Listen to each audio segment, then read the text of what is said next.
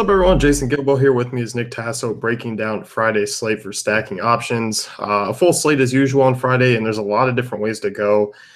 It's a really top-heavy slate, too, in terms of pitching. So, I mean, you got a lot of kind of guys that you can pick on, especially with some of these good offenses. Yeah, absolutely. I know we were talking about it, and it was tough to just narrow it down to three tonight. So let's dive right into that, and maybe we'll talk about some bonus ones. Yeah, we look at Arizona here first. Back in Chase Field, which is always a big bump for them. They do struggle on the road, and then they get a lefty here, Ty Blatch, who struggles away from home, and he's allowed 6 runs in back-to-back starts. He doesn't miss a lot of bats, and this is just not the spot for Blatch here. No, absolutely. This game's going to be absolutely ugly for him. Unfortunately, he gets to face guys like Goldschmidt and Pollock, and that's just not going to end well for him. Like you said, back-to-back games where he gave up 6 runs, and he just gives up too many hits. I mean, unfortunately, he's a guy who's really been converted from the bullpen and kind of has been a starter due to necessity this season for the Giants. And he's had up and down season. He's, like you said, he's much better at home, but even then he's not that great. But once you bring him outside of AT&T Park, he just fails flat on his face.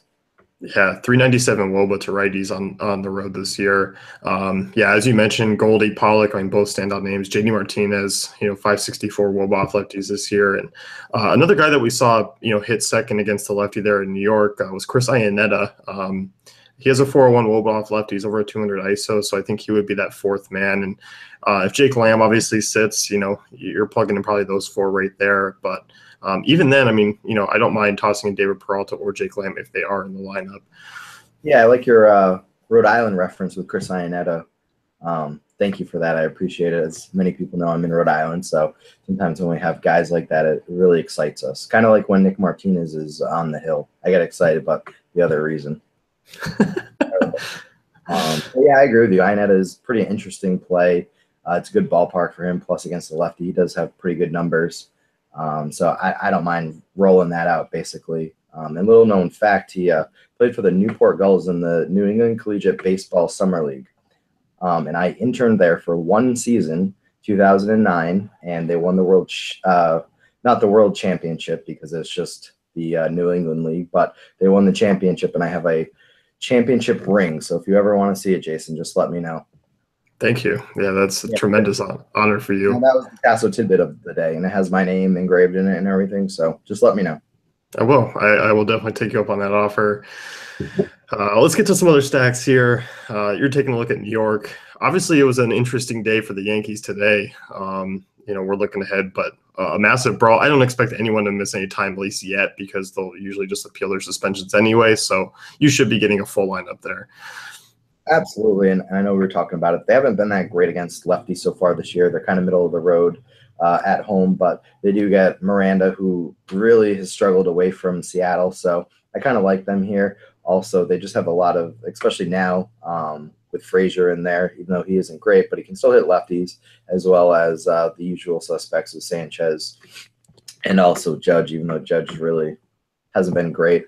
I think, too, I know this is silly, but narrative kind of that they kind of get a little bit of a boost after that fight. So hopefully they kind of hit on all cylinders tonight. Yeah, you look at the team, I mean, yeah, you pointed out he's a fly ball pitcher, so, I mean, it's kind of known that he's going to struggle away from Safeco, and this is just not the ballpark to be a fly ball pitcher. And as you said, yeah, Judge, Sanchez, Aaron Hicks, I like a lot. He's solid against lefties. Todd Frazier, I think those are obviously a good core 4. Yeah, I'm with you. I like New York quite a bit. I expect them to be somewhat popular, but I think pricing aside, just given the fact that pitching is a little bit expensive, it might drop their ownership a little bit. Yeah, totally. And even on the same accord, I do kind of like the Seattle bats against CC. He's struggled kind of at home this year, so it's not really a good ballpark for him. And even though Seattle's really struggled this entire year, basically offensively, we've seen Nelson Cruz kind of pick it up lately, which is good. They have some potential. Yeah, I definitely don't mind Seattle either. There's kind of a lot of teams where I just don't mind on the slate because Miami, I don't mind against Travis Wood, or even Toronto against Bartolo Colon. There's a lot of teams that you can go and look at. Yeah, absolutely. And I don't mind also on that Minnesota going up against Hap. I think there's a lot of potential there. Yeah, definitely. But I'm going to stay in the AL East. I'm going to take a look at Boston. Jeremy Hellickson, coming off a start where he allowed 5 home runs to the Angels. He's allowed 13 earned runs in his last 2 starts. Last time he faced Boston, 12 base runners, 6 earned runs. This guy's just, I don't understand the move that Baltimore made to get him. Moving into that ballpark in this division, it's just going to be horrible for him. It already has. So he's been bad against both sides of the plate. Devers been intended to get the big bump, against being the lefties against him. He's allowed a higher hard contact, but I like Nunez. I like Hanley. I like Mookie here. Obviously I'm a little bit more on the expensive side, but I think Boston has a good chance to put up a ton of runs. Yeah, it's hard not to like Boston here.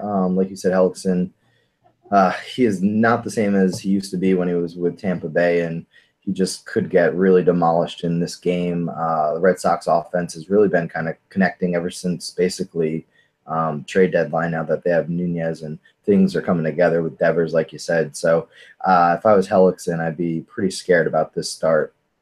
Yeah, there's no way he really gets through this one clean. And Baltimore's bullpen has been kind of a little bit quiet of late. They were a bullpen in the past that I didn't really enjoy just stacking against because, you did get them through the 6th through 9th, and it was kind of tough, but not so much over the last month or so. I want to say never because all I have to say is Doug Fister. Being honest, if Doug Fister, even Bartolo Colon can still be doing things, then I guess Hellickson can have a good outing. But it's not likely, let's put it that way. No, definitely not. Next actor, what are you looking at? Yeah, same ballpark. Baltimore, they've been actually really good this month, leading with batting average and also home runs. They're tied for 42 this month. They've been on fire, and Rick Porcello has been awful at Fenway this year. Last year he was great, and this year he's just been atrocious. I know he's put a good little stretch of starts, but I think the way that this Baltimore offense is really clicking might give him some trouble. Yeah, I like the Baltimore bats here. I mean, as you said, Porcello, he struggled at Fenway. Just a righty-heavy lineup, and Porcello hasn't really been tough on righties this year. So, yeah, I mean, Manny Machado, he's back in action. Adam Jones, Trumbo. Jonathan Scope has been one of the best hitters in baseball this year. So I'm with you. I like Baltimore stack. I'm kind of curious to see where they rank tonight in terms of others and see if a lot of people go that route because I think there just might be too many offense on this slate where no one really gathers a ton of ownership. For me, taking a look at Pittsburgh, I like the value that they bring on this slate, and I think this is kind of the first stack where it's priced down a little bit from the others. This is a good spot for them. I mean, Stevenson's been a guy who has struggled against both sides of the plate. Over a 2 home runs per 9 to both sides, over a 5x pick to righties, 6x to lefties. I like these guys. I like, McCutchen. I like Starling Marte, Josh Harrison. Josh Bell's a good spot here. I know a lot of people don't like taking him at first base, but I think he's actually an intriguing option because, one, I mean, pitching is pretty pricey tonight. So I think actually the Pirates come in a good spot here on the road and one of their better ballparks. So I think they're actually a pretty good points per dollar stack. Absolutely. If you're looking for value, I think those are one of the top teams right there. Like you said, Stevenson really hasn't been good. And I agree with you basically on every other front you made. It's just I've been burned so much by Pittsburgh this year that I think for me, I'm going to take a step back on this one. Yeah, no, I definitely can see that. I mean, this has been a year where, one, I feel like they haven't really all been that healthy at all times. I mean, Gregory Polanco's been banged up most of the year. Obviously, Marte missed, most of the season. Harrison's been through up and down stretches. So, yeah, I can certainly understand that if you're kind of at this point in the season where a lot of teams have burned you or pitchers have burned you, you're just done. Yeah. Unfortunately, it's not always the best DFS or game theory move, but sometimes you just can't take that risk, and that's where I'm at with these guys. But we're not at these point with the Chicago Cubs here. I love the lefties in this spot. Absolutely. Chicago is always kind of in a good spot, and when they're against a weak pitcher, they really can do a lot of damage. And we've seen Rizzo, obviously. Schwarber is a monster, and even Zobrist has really picked it up recently. So I definitely deploy them. I always, though, have issues typically with their pricing, but you know what? Some days you just have to do it. I kind of look here. I mean, you mentioned the pricing. I think outside of Rizzo, I mean, I'm really mainly looking at the lefties. I'm not really looking at Chris Bryant here. in this stack. I mean, one, his price is up, but I like the lefties because Eichhoff really does struggle with them. 41% fly ball rate, 362 WOBA. This ballpark is certainly above average for lefty power. So, I mean, Jason Hayward, Alex Avila, you mentioned Anthony Rizzo. I don't mind Happ, Zobrist, Schwarber. I mean, there's going to be about 6 lefties in this lineup that can really take advantage of Eichhoff's struggles. So for me, it can either be an expensive stack or it could be on the cheaper side, depending on which lefties you go with. Oh, all right. I like your thinking right there, the cheap side. Yeah, I mean, why not? I'll take Zobrist and Hayward and Avila here. Yep, and just see what happens. Yeah, I think it was the other night when it was all the back half that went off in that game, and it was nothing from the front half. I think that happens when 6, 7, 8, and 9 all do stuff, and you're just like, really? Yeah, nothing out of Rizzo, nothing out of Bryant and Schwarber. That was fun. Oh, well, that happens. Yeah. But yeah, good spot for that team there. And I mean, really, you mentioned it before. You talked about Bartolo Colon, but I don't think Toronto's a bad stack. I don't think Cincinnati's a bad stack. Detroit, Miami. I mean, there's really a lot of different ways you can go, but I feel like we've kind of covered our favorites. Yeah, I think so too. I also like Minnesota too. There's a lot of potential against Happ. Happ really hasn't been that great this year. It's a better ballpark for them. So I think this Friday is going to be a pretty high scoring matchup for most games. Yeah, I actually like Minnesota. I think the more you talk about, I mean, Dozier, Buxton's been picking things up. Sanofi's in the lineup, so a lot of good options. Yeah. So let's wrap it up with us. You can head to our dayfantasycafe.com, check out our great tools and content.